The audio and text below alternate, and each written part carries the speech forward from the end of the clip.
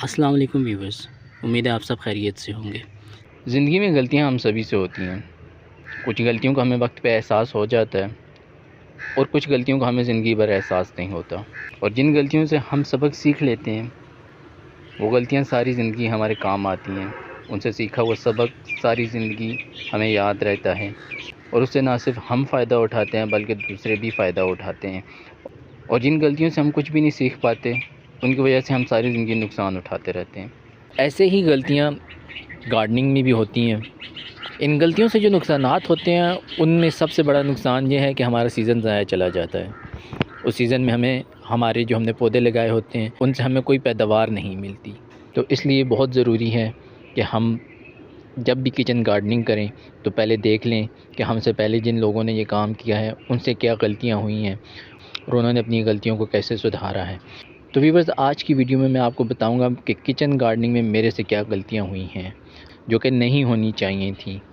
तो वीडियो का बाकायदा आगाज़ करने से पहले आप सबसे रिक्वेस्ट कि मेरा चैनल सब्सक्राइब कर लें और अगर आपको मेरी वीडियो पसंद आए तो इसे अपने दोस्तों के साथ लाजमी शेयर करें और कमेंट करके अपनी आराज़ से ज़रूर आगाह करें। तो व्यूअर्स, वीडियो का बाकायदा आगाज़ करते हैं जनाब हज़रत मोहम्मद सल्लल्लाहु अलैहि वसल्लम पे दरूद व सलाम के साथ। अल्लाहुम्मा सल्लि अला सय्यदिना व मौलाना मुहम्मदिन व अला आलिहि व सहबिहि व बारिक वसल्लम। किचन गार्डनिंग में जब हमसे कोई गलती होती है तो उसका सबसे पहला नुकसान ये होता है कि पौधे का उगाव नहीं होता और अगर पौधा उग जाए तो उसकी बढ़ोतरी नहीं होती और अगर उसकी बढ़ोतरी हो जाए तो उस फसल से कुछ भी हासिल नहीं कर पाते।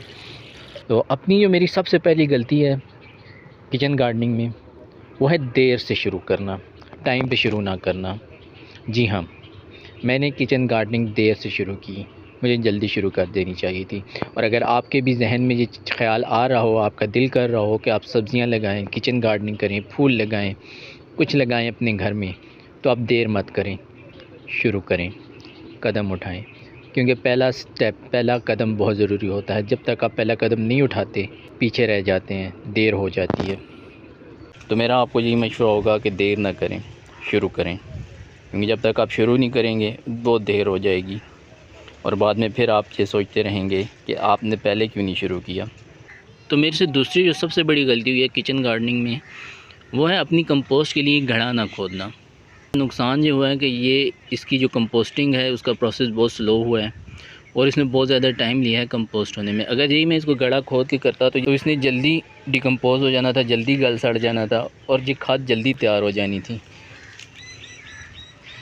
लेकिन क्योंकि मैंने इसको ज़मीन के ऊपर ही डाल दिया बग़ैर गड़ा खोदे, तो उसमें ये एक तो ये है कि ये खुश्क बहुत जल्दी हो जाता है।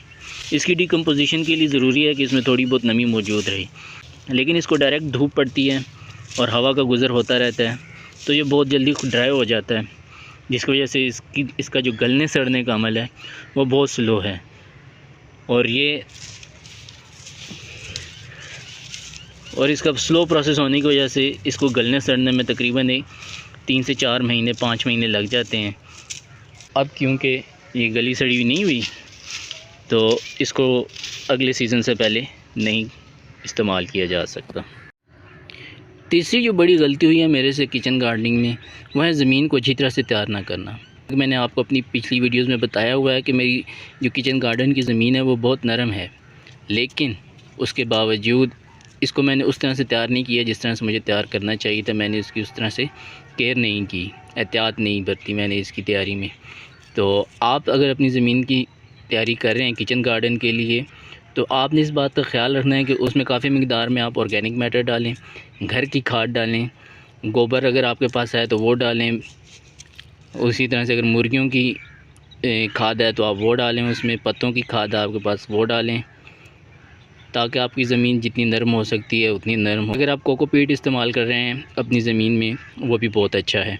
हर तरह की गार्डनिंग में, हर तरह की फार्मिंग में मिट्टी का बहुत अहम रोल होता है। अगर मिट्टी ज़रख़ेज़ होगी तो हमारी उससे फसल अच्छी होगी और अगर मिट्टी ज़रख़ेज़ नहीं है और उसकी हमने प्रॉपर केयर नहीं की तो हमें बहुत कम फ़ायदा होगा, नुकसान ज़्यादा होगा। हम उस पर मेहनत बहुत करेंगे लेकिन हमें उससे पैदावार बहुत कम मिलेगी। तो इस बात का आपने ख़ास ख्याल रखना है कि आपकी जो मिट्टी है किचन गार्डन की वो अच्छी होनी चाहिए।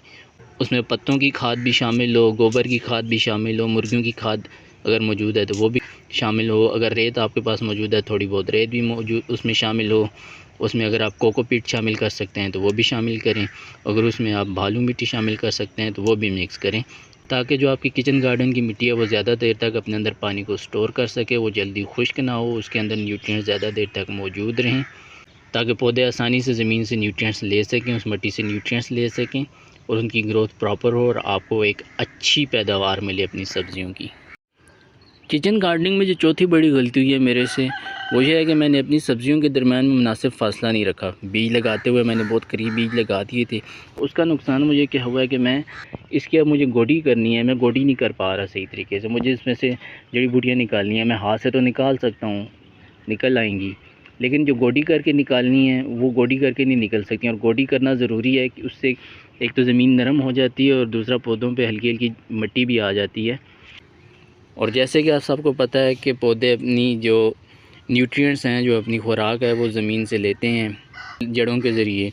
तो करीब लगाने से इन पौधों की जड़ें भी आपस में मिक्स हो गई हैं और न्यूट्रिएंट्स भी ये प्रॉपर तरीके से नहीं ले पा रहे, जिसकी वजह से इनकी ग्रोथ भी मुतासर हुई है। इन पौधों की बढ़ोतरी उस तरह से नहीं है जिस तरह से होनी चाहिए थी।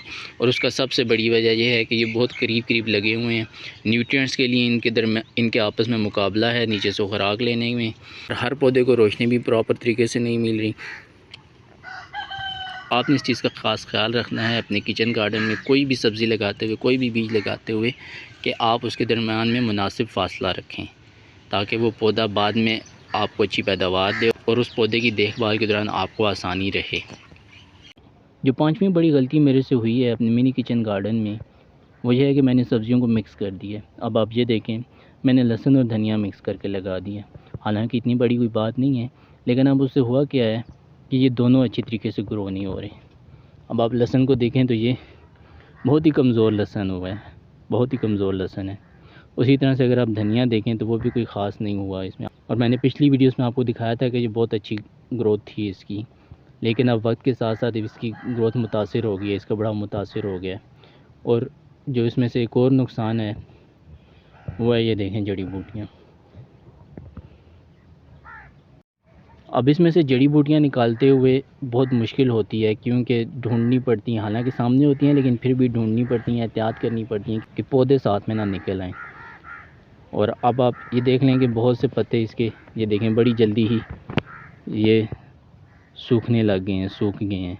तो इसकी एक वजह ये भी है कि अब इनके दरमियान में कंपटीशन है, मुकाबला है खुराक के लिए। ये धनिया के दरमियान और लहसुन के दरमियान मुकाबला है आपस में कि कौन नीचे से ज़्यादा खुराक लेगा और कितनी लेगा। तो आप जब भी गार्डनिंग करें तो आपने इस बात का ख्याल रखना है कि आपने सब्ज़ियों को ऐसे मिक्स नहीं करना, और अगर आप मिक्स लगा भी रहे हैं तो फिर भी उनके दरमियान में मुनासिब फ़ासला रखना है, ताकि उनको प्रॉपर खुराक मिल सके और आप अपनी सब्ज़ियों का अच्छे तरीके से ख्याल रख सकें और अपने किचन गार्डन से अच्छी पैदावार ले सकें। जो छठी बड़ी गलती मेरे से हुई है अपने किचन गार्डन में, वो पौधा, अब जैसे ये पपीते का पौधा है, तो इसको मैंने दीवार के बहुत करीब लगा दिया है। अब क्योंकि नीचे से ज़मीन भी सख्त थी, मैंने आपको अपनी वीडियो में बताया हुआ है कि इसके नीचे जो ज़मीन थी उसमें कचरा पहले पड़ा हुआ था, फिर इसमें हमने अपने जो पानी का बोर किया था तो वो भी हमने इधर डाला था।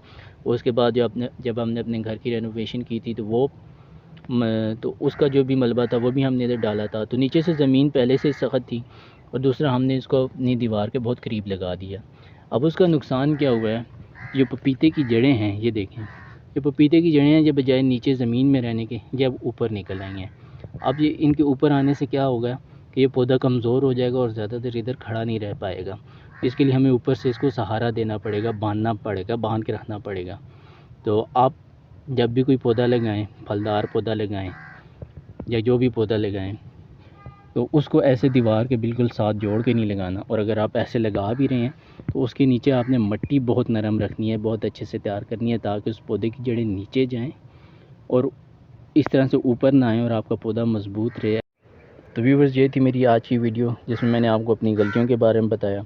उम्मीद है आपको मेरी इन गलतियों से कुछ ना कुछ सीखने को मिलेगा। ये वीडियो आपको कैसी लगी है कमेंट करके अपनी राय से ज़रूर आगाह करें, और अगर आपको ये वीडियो अच्छी लगी हो तो अपने दोस्त अहबाब के साथ लाजमी शेयर करें, और मेरे YouTube चैनल को सब्सक्राइब कर लें, ताकि आने वाली वीडियोज़ आप तक वक्त पे पहुंचती रहें। अब मिलेंगे आपसे अगली वीडियो में। इस वीडियो में इतना ही, इजाज़त दीजिए, अल्लाह हाफ़िज़।